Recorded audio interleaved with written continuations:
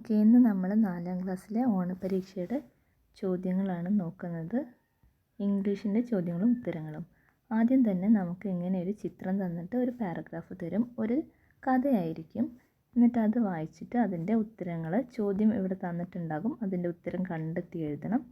Okay. The wind and the sun quarrel each other. അപ്പം സൂര്യനും കാറ്റും അടി ഉണ്ടാക്കുകയാണ്. The wind said I am stronger than U.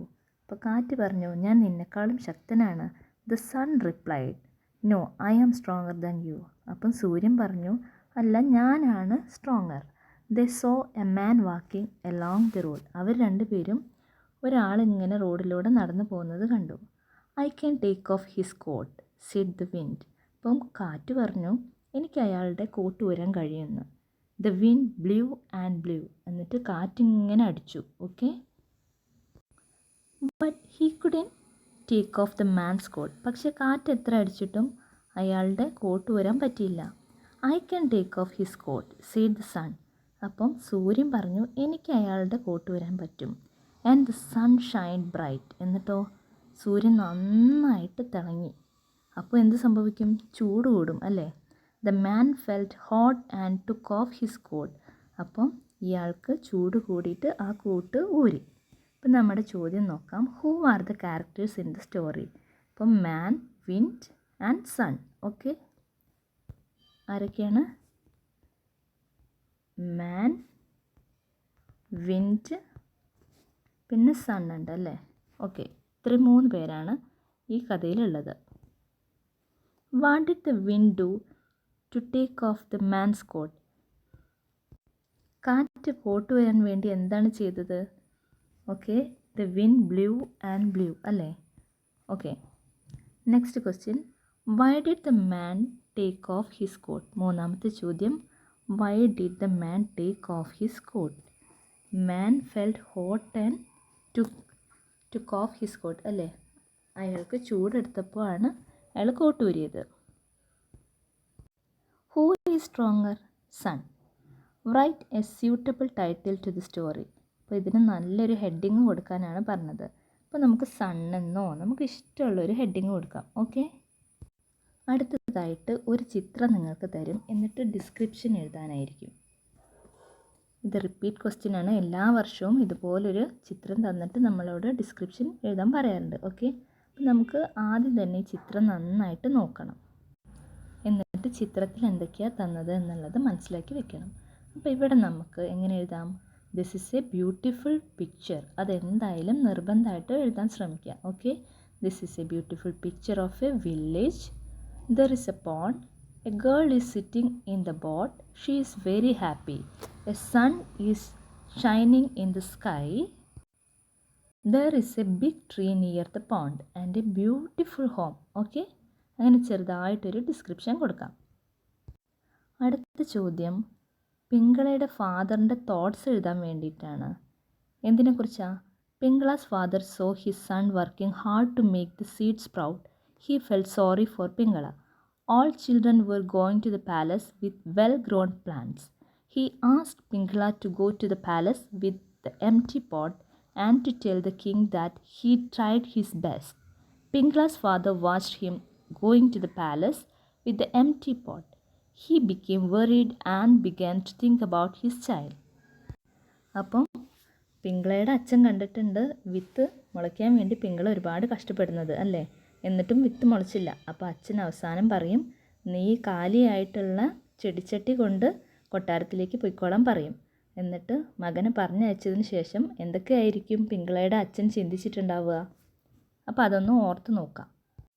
പാവം എൻ്റെ മകൻ, അവൻ ഒരുപാട് കഷ്ടപ്പെട്ടു. പക്ഷേ ചിലപ്പോൾ ഒരുപക്ഷെ രാജാവ് അവനെ കൊട്ടാരത്തിലേക്ക് കടത്തി വിടാറുണ്ടാവില്ല അല്ലേ? ദൈവമേ, അവൻ്റെ കൂടെ തന്നെ നിൽക്കണമെന്ന് എങ്ങനെയായിരിക്കും എഴുതുക? Oh my son is so sad. He tried his level best. Maybe king won't allow him to the palace. God please be with my child. Okay. അടുത്ത ക്വസ്റ്റ്യൻ. നമുക്കൊരു പോയം തന്നിട്ടുണ്ട്, അത് വായിച്ചു നോക്കണം. Grandma bought a tasty dish. I thought it was made of fish. Light so yummy, thick and red. Nice to have it with a bread. Okay, നല്ലൊരു കവിതയാണല്ലേ? ഇതിന് നമുക്ക് നല്ലൊരു ഹെഡിങ് കൊടുക്കണം. എന്ത് കൊടുക്കാം?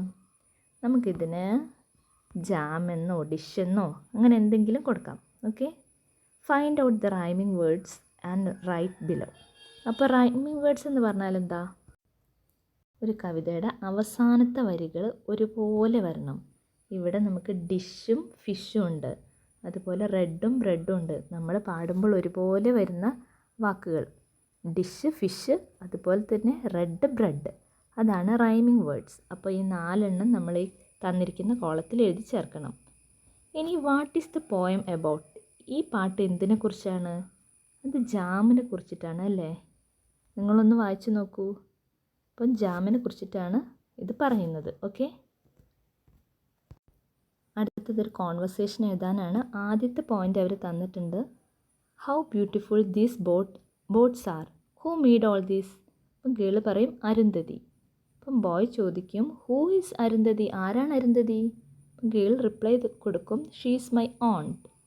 അപ്പോൾ പറയും you are so lucky. Boy പറയും യു ആർ സോ ലക്കി. അപ്പം ഗേൾ ചോദിക്കും വൈ? അപ്പം ബോയ് പറയും because you have own to make paper boat for you, so you are lucky. അപ്പോൾ ഗേൾ പറയും yes I am lucky. Okay, അടുത്തത് നമുക്ക് ഇതുപോലൊരു വേർഡ് പസിൽ തന്നിട്ട് അത് കംപ്ലീറ്റ് ചെയ്യാൻ വേണ്ടി പറയും. ആദ്യത്തെ ക്വസ്റ്റ്യൻ നോക്കാം. Anna places the boat in the.